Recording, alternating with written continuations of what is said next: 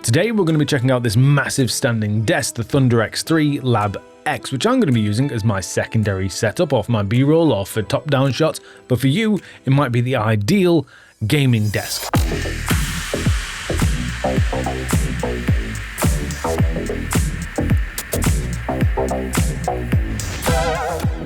So, ThunderX3 messaged me recently and asked if I wanted to check out their brand new standing desk, which obviously I was very intrigued by, because I've wanted a standing desk in this space for a long period of time, but I've been unwilling and unable to spend or justify spending £800 to £1,000 on like one of the other brands' standing desks. And I'm sure they're great, but it's a lot of money to spend. Whereas this Lab X, the new ThunderX3 desk, is coming in at like half the price of that. It's meant to be around £400 or so. So I was wondering whether that would be worthwhile and if it actually performs well and doesn't shake. Honestly, this new standing desk came along at the perfect time because this week I'm actually having some renovations done to the walls in my office, which means I actually have to break down and remove my old setup anyway, which is perfect because it's going to create a bunch of space to build the new desk.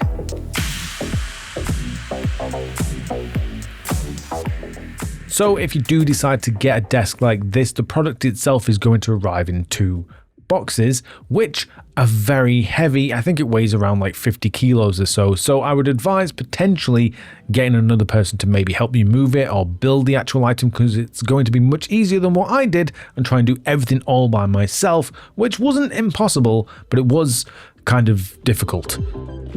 Once you finally get the Lab X all set up though, it's actually pretty massive for a standing desk. It's 170 centimeters wide and 75 centimeters deep, making it more than spacious enough to fit multiple monitors on the desk or doing full arm flicks in your favorite FPS game. And the legs are far enough apart that you can actually fit two chairs within that gap. So if you want to get cozy with like your best friend or your partner or something, you're going to have a pretty small, compact two-person setup. Height-wise, this desk is adjustable from 75 centimeters all the way up to 120, which is honestly a pretty good range and should cover most seating or standing positions, unless you're a giant or something. The motorized lift system for this standing desk is obviously controlled with this built-in panel, which has both preset and manual height controls, and in motion, the desk moves at around 1 inch a second or 2.5 centimeters, which isn't exactly the quickest speed ever, but it is a good balance between speed and safety. ThunderX3 do market this desk as having a silent motor, or at least a silent transition from point A to point B. However, in my testing or in my use case with this specific desk, there was definitely some noise involved when I'm moving from my sitting to standing position. Not enough to be like a complete deal breaker or anything. It's not too over the top or obnoxious or annoying, but I figured it'd be something that you'd want to know, because obviously if you're buying this desk, you want to know what it's going to be like.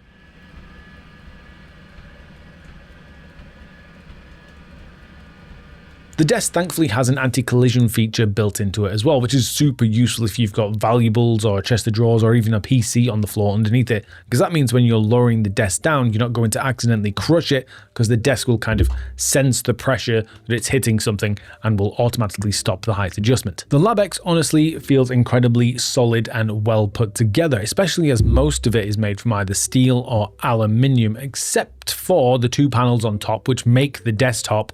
One of them is made from wood, and the other one is surprisingly made from tempered glass, which I think looks incredible and has a nice premium feel to it. And not only that though, this is kind of like a unique design in the standing desk space, because this tempered glass panel section doubles as a full-size glass mousepad. Now, I understand that not everyone is a huge fan of glass mousepads, and that's perfectly fine because obviously we're all unique and have different tastes. But personally, I think it adds to the uniqueness and the premium feel and just looks great as a product. And it's just nice to see a brand like ThunderX3 try something a bit different and try and do something that helps them stand out and be a bit more unique on the market when every other brand kind of looks the same sometimes. So even though it's not something that you may love, it's just nice to see a bit of innovation for a change. Plus, you don't have to be forced to use it. It's still a desk and it's still big enough that you could easily go out and buy a standard desk pad to cover it with. Speaking of unique designs and innovation in this space, the Lab X actually has a couple of other tricks up its sleeve. The first of which are these metal side panels, which are actually made of mesh, which is supposed to be designed for better cooling and airflow if you have your PC mounted on top of the desk at the side here. And you can also purchase fan mounts which can go underneath, so you can improve the cooling even more by literally blowing air into your devices on the desk. The desk also has a built-in accessory track around the outside of the desktop, and this track is obviously designed to work with the included cup holder or headphone mount on the side, but this track fits standard M6 hex bolts, so if you're kind of handy or you're into 3D printing and stuff, you can design different accessories and mounts for different equipment, like, I don't know, your audio recorder or a stream deck or something, so you can mount it to the outside of your desk rather than having it on top, giving like a more cleaner or practical look to your specific setup. As I said earlier on in the video, the LabX is coming in at like half the price of certain other brands' standing desk, which is great if you're on a budget, but what cons are to be expected if you're like choosing this desk over the others? The first of which might be the height range. This won't affect everybody. If you're like an average size person, then you're going to be fine with a desk like this.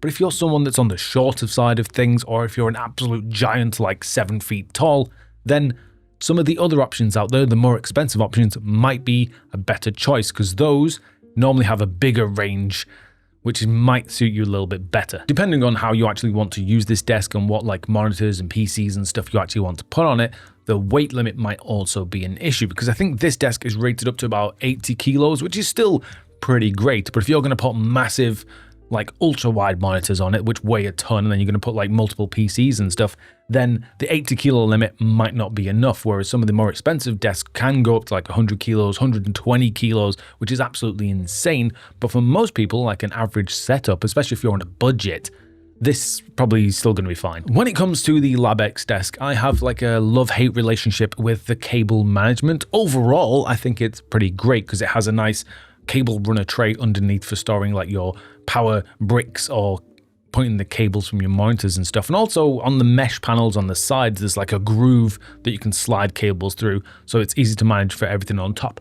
But I do wish there was more cable management options for the actual power going to the desk, because, well, it does look a little bit messy when you're going from like the leg to the wall and stuff, because some of the desks, obviously the more expensive ones, which are more expensive for a reason, have the actual plug and stuff built into the leg and the cables run in the middle of it, where this one you kind of have to attach it on the outside or find a different cable management solution, like one of those spine things that you can buy on Amazon or whatever. That's probably just me being like overly picky, because obviously this is the budget option and you're not paying anywhere near as expensive as the higher end ones out there. So sure, it might not look as tidy when you're going from like the desk to the wall, but you are saving like hundreds of pounds, and there are ways around it by obviously buying stuff from other stores and cable management companies. Other than that, the only issue I could potentially see other people having is with the actual desktop itself, because, well, I know I was banging on about how good the tempered glass thing is before,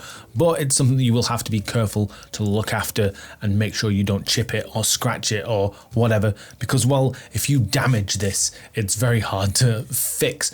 Plus, you may have noticed in a lot of the B-roll that I had, well, cleaning spray on the desk. I probably should have removed it for the B-roll, but this is always on my desk currently because this desktop also struggles with like fingerprints and collecting dust and stuff, because obviously it's black and shiny and glass and looks great, but keeping it clean might be a little bit of extra work for you. This desk does everything you'd need it to do. It just doesn't have all the bells and whistles of some of the more expensive ones. It was, however, an absolute pleasure to build because it came with all the like equipment that I needed to build. It had all the components, it slotted together perfectly, and none of the holes mismatched. It all just went together nice and simple. But as I said early on, it's going to be easier and going to be quicker if there's two people building it, because for me, it took me like an hour and a half, 2 hours or so to put together, but with a friend or someone, you might be able to get it done in like half that time. Oh, and for those wondering, because I absolutely forgot to mention this earlier on, it's a pretty sturdy desk. Most of the time I'm using it sat down anyway, so I'm using it between like 75 and like 90 on the centimeter like height range, and it's really sturdy there. Even like shaking it, it doesn't like wobble too much. But obviously, being a cheaper desk and only having two legs, it isn't like a full like supported desk like some of the very expensive ones.